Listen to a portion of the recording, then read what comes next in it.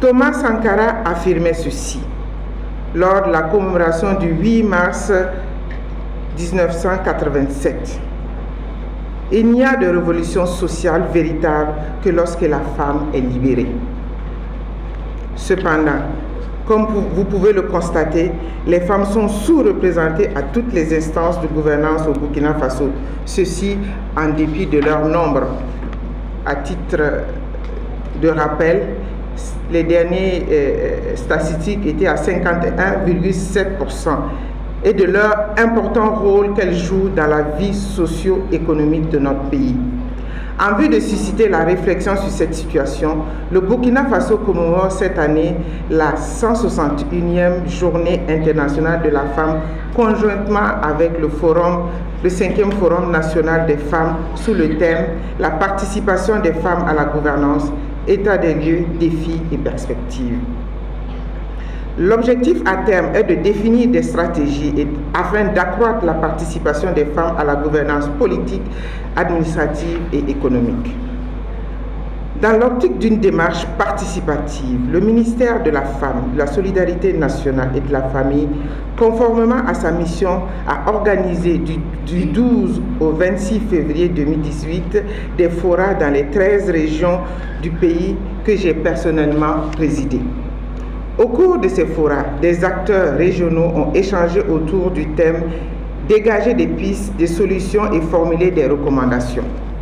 Honorables invités, mesdames et messieurs, le présent panel, qui est une activité majeure de la commémoration, devrait permettre de mieux cerner les problématiques des inégalités entre les hommes et les femmes, de faire ressortir les défis à relever et de susciter une prise de conscience collective sur les questions de la non-implication des femmes dans les différences décisionnelles.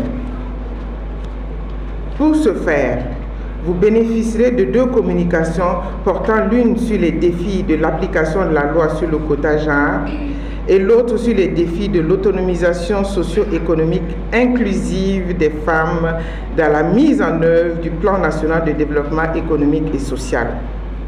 C'est pourquoi je voudrais vous inviter toutes et tous à saisir cette occasion pour des échanges francs, fructueux, qui permettront à terme de formuler des recommandations fortes en vue de la réalisation des droits fondamentaux de la femme.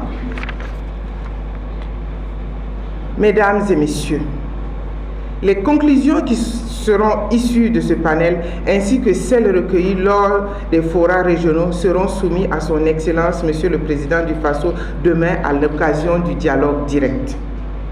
Pour ma part, je puis vous rassurer que mon département veillera au suivi et à la mise en œuvre des 10 recommandations. Madame Sika Kaboré, honorables invités, messieurs et dames, avant de clore mon propos, je voudrais réitérer mes sincères remerciements à l'ensemble des partenaires techniques, financiers, les autorités administratives, coutumières et religieuses, aux organisations de la société civile qui accompagnent sans relâche mon département dans la réalisation de sa mission. Au Comité national d'organisation, à tous ceux qui, d'une manière ou d'une autre, qui ont contribué à l'organisation et à la réussite de ce présent panel, j'adresse mes sincères gratitudes et mes encouragements à toute cette équipe qui a longtemps travaillé pour que cette journée soit une réussite pour nous. Je voudrais, avant de vraiment finir ceci, et dire: longtemps, la femme au Burkina Faso a été marginalisée. Aujourd'hui, nous voyons la volonté politique de nos autorités à faire participer les femmes à l'avancée du pays. Mes chères sœurs, mes mamans, mes filles, ensemble avec le président du Faso, bâtissons un Burkina Faso de démocratie, de progrès social et économique, de justice et de liberté.